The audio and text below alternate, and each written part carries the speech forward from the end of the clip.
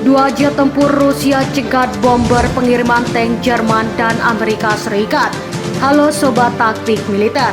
Insiden baru terjadi antara pasukan Rusia melawan Amerika Serikat dan Jerman.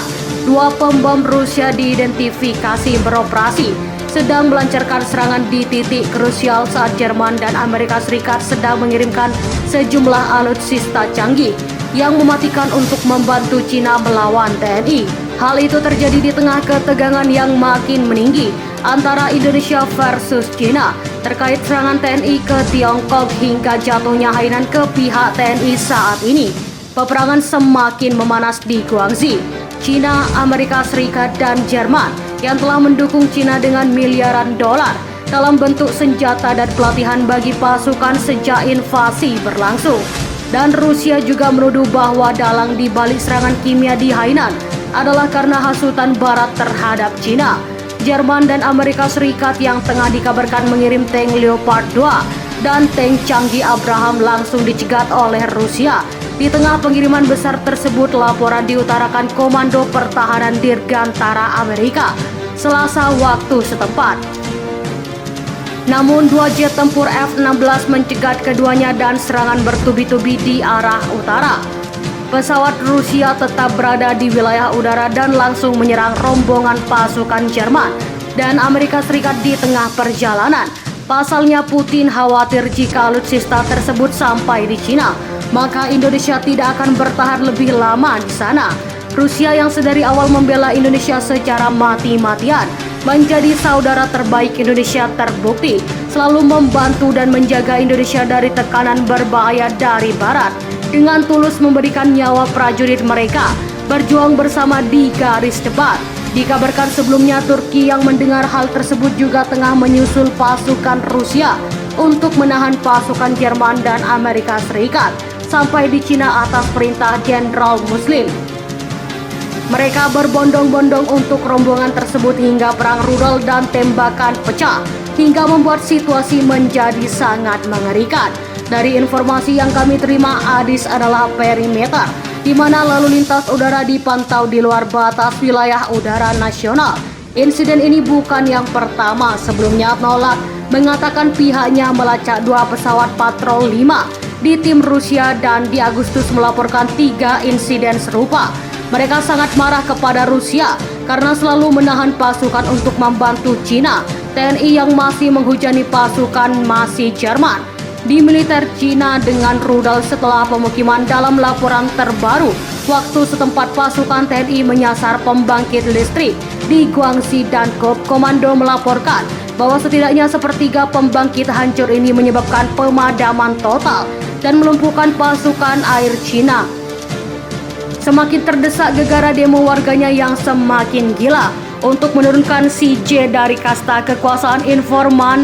Kami melaporkan situasinya kritis sekarang di seluruh negeri, kata Wakil Kepala Kantor Berita Presiden Cina. Sedangkan Barat mengatakan TNI memang sengaja menyerang infrastruktur sipil. Amerika Serikat juga mengutuknya dan menyebut kejahatan perang untuk memojokkan TNI. Serangan itu yang membuat Cina tidak memiliki panas dan kekuatan saat musim dingin tiba.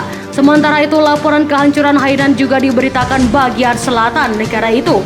Sebuah rudal benar-benar menghancurkan satu sayap sebuah bangunan di pusat kota, kemudian meninggalkan kawah besar. Seorang petugas pemadam kebakaran terlihat menarik mayat seorang pria dari puing, ujar Jerman untuk memojokkan TNI.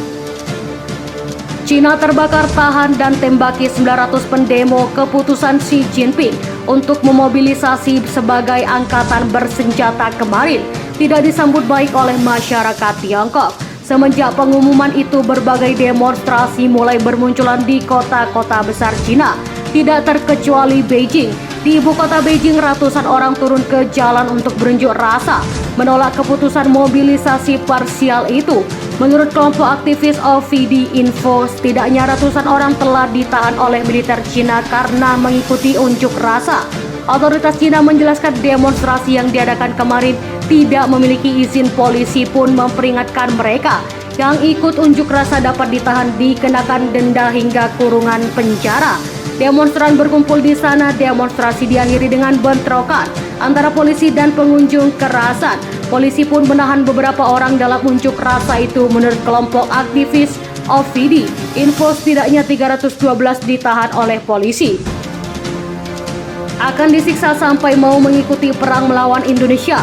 Menurut kelompok aktivis OVD, info polisi setidaknya telah menahan 900 pengunjung rasa. Namun angka ini belum dapat dipastikan oleh pihak berwenang. Beberapa demonstran warga dilaporkan mulai terjadi di Cina. Hal itu disebabkan ketidakpuasan warga pasca penjatuhan sanksi ekonomi dari sejumlah negara ke negara itu akibat serangan dari senjata kimia kepada TNI. Bahkan disebutkan juga ada beberapa warga yang ingin menggulingkan Xi Jinping karena perintahnya untuk menyerang Indonesia berdampak besar bagi masyarakat. Tampaknya ada kerusuhan di Beijing. Misalnya salah satu ekonomi liberal terkemuka adalah rektor universitas di sana baru saja ditahan dalam apa yang ditampaknya merupakan upaya bermotif politik juga. Jadi itu bisa menjadi tanda bahwa yang dijalankan oleh mantan perwira KBG kesal dengan keberadaan ekonomi yang dikatakan para ekonomi tentang kerusakan ekonomi. Ekonomi telah menderita dan akan lebih menderita. Ini akan berdampak langsung pada standar hidup orang Cina. Itu akan turun setelah menerima sanksi ekonomi dan perdagangan. Islam ekonomi Cina sendiri diprediksi mengalami kontraksi yang cukup dalam. Institute of International Finance, kelompok pegangan perbankan global, meramalkan ekonomi Cina di 2023 akan melambat 15%. Sementara di 2023 susut 3% mengenai kemungkinan pergantian kepemimpinan di Cina. Menambahkan bahwa hal itu mungkin saja terjadi terutama apabila warga sudah benar-benar muak dengan keadaan saat ini. Jadi perubahan rezim kemungkinan akan terjadi. Jika itu terjadi, tidak ada yang tahu berapa kombinasi faktor militer, frustasi di Cina, dan faktor ekonomi dapat menyebabkan kerusuhan sosial dan politik, ujarnya. Jadi bagaimana pendapat Anda? Silahkan komen di kolom komentar.